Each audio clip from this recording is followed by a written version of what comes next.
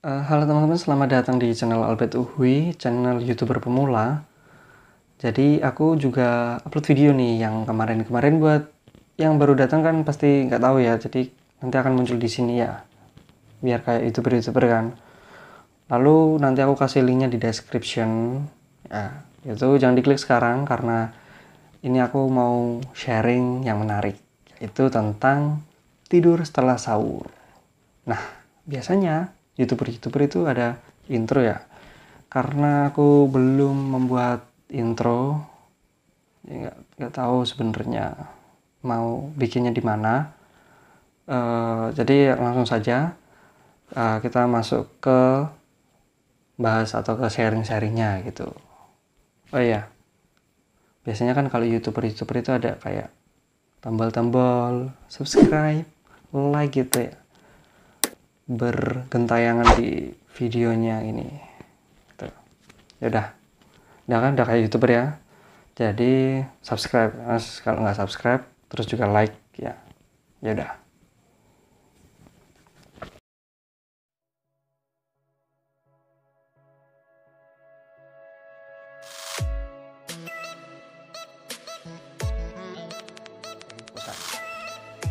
Sebelum membahas tentang tidur setelah sahur, aku pengen bilang bahwasannya ini video hanya sharing pribadi, jadi nggak apa ya, tentang kesehatan nggak. Kalian mungkin kalau yang cari tentang kesehatan kalian bisa cari video yang lain, dan juga bukan tentang yang berkaitannya tentang agama, itu enggak.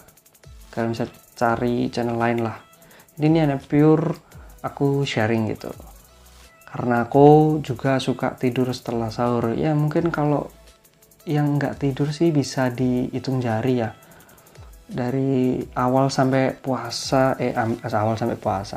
awal sampai saat ini ya, ini kurang berapa hari lagi kita lebaran, itu mungkin mungkin ya 1 atau 2 kali aku nggak tidur setelah sahur ya. Tidurnya jam 8-an sampai jam 10.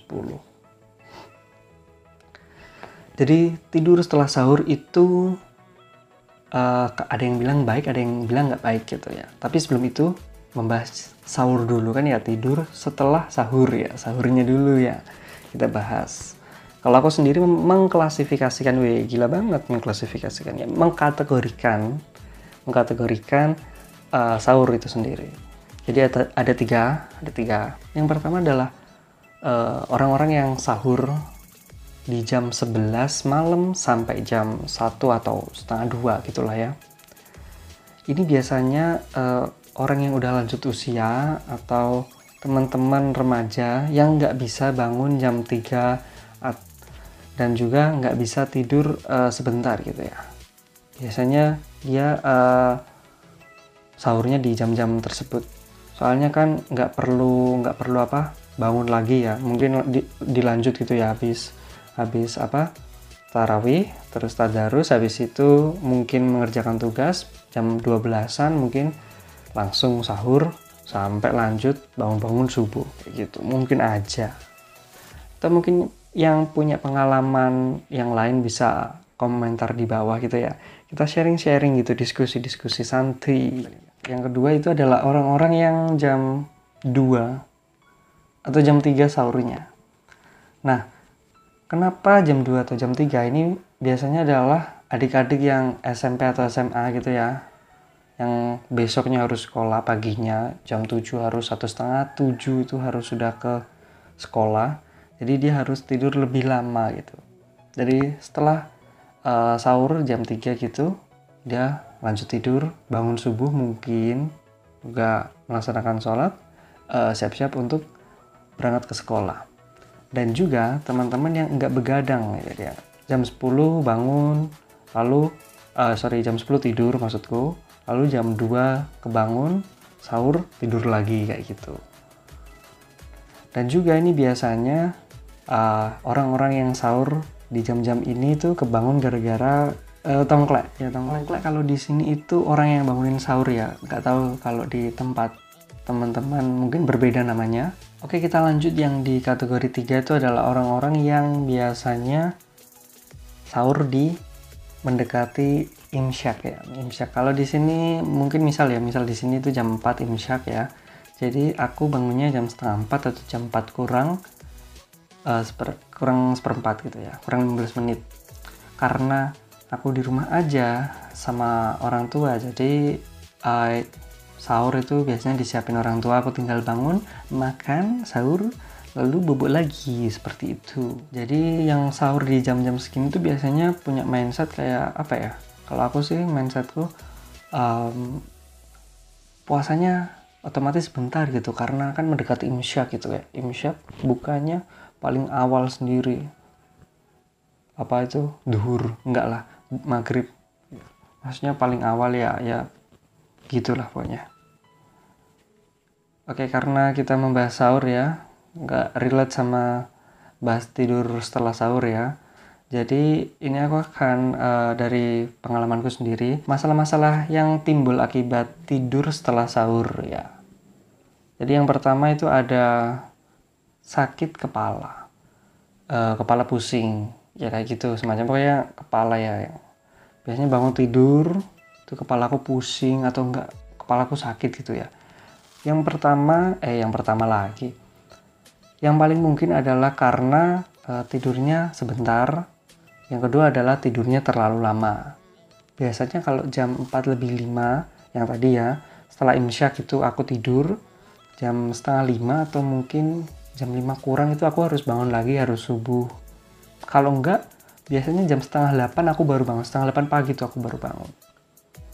Nah di situ biasanya kepalaku sakit.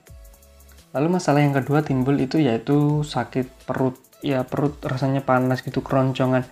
Ya aku tahu itu puasa, cuma apa ya, kan baru saja gitu lah ya, baru jam 4 itu baru saja sahur gitu, masa jam 7:30 itu udah rasanya panas banget itu ya. Nggak tahu kenapa itu ya, kalau teman-teman mungkin tahu itu bisa komen di bawah ya. Karena aku belum pernah nyari di internet itu ya. Karena kan ya juga nggak tahu ini bener apa enggak kayak gitu. Ditemani dengan jam dindingku yang berbunyi ya, aku akan melanjutkan lagi. Jadi masalah yang timbul berikutnya adalah mager, males, dan di kamar aja. Ya, di kamar aja, bukan hashtag ya.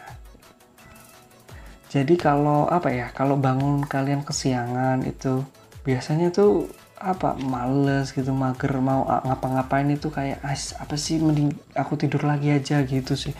Kalau aku, dan itu berdampak beberapa hari, itu mungkin 1 minggu 2 minggu ya tuh sumpah males banget aku mau ngerjain tugas, mau bikin video ini tuh malesnya minta ampun. Entah itu karena sifatku sendiri atau nggak tahu karena aku tidur setelah sahur itu memberi dampak pada pikiranku, mindset, dan kayak gitulah. Masalah yang timbul berikutnya itu juga bisa nggak subuh ya. Aku pernah itu nggak subuh karena malamnya begadang, lalu harus bangun sahur yang mendekati imsak tadi ya, jam 3:30, jam 4 kurang itu. Habis itu kan masih ngantuk-ngantuk gitu ya. Jadi sahur itu aku sambil setengah nyawa masih tidur kelihatannya kayak gitu. Lalu udah ini aku duduk di kamar dan ternyata ketiduran, bangun-bangun jam 9. Wah, masa mau subuh jam 9, nggak tahu sih itu boleh apa enggak ya.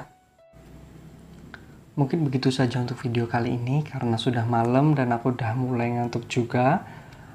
Aku akhiri aja video kali ini, dan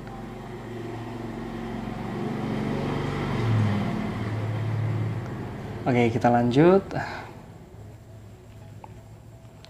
Dan aku pengen tanya ke teman-teman yang mendengar, nanti bisa dijawab di kolom komentar di bawah ya, tentang bagaimana sih cara menghilangkan habit tidur setelah sahur gitu loh. Entah kenapa gitu loh ya, rasanya enak banget itu ya. Dan juga banyak teori yang menjelaskan itu, cuma susah untuk melakukannya. Ya, gitu aja. Terima kasih dan sampai jumpa. Dadah.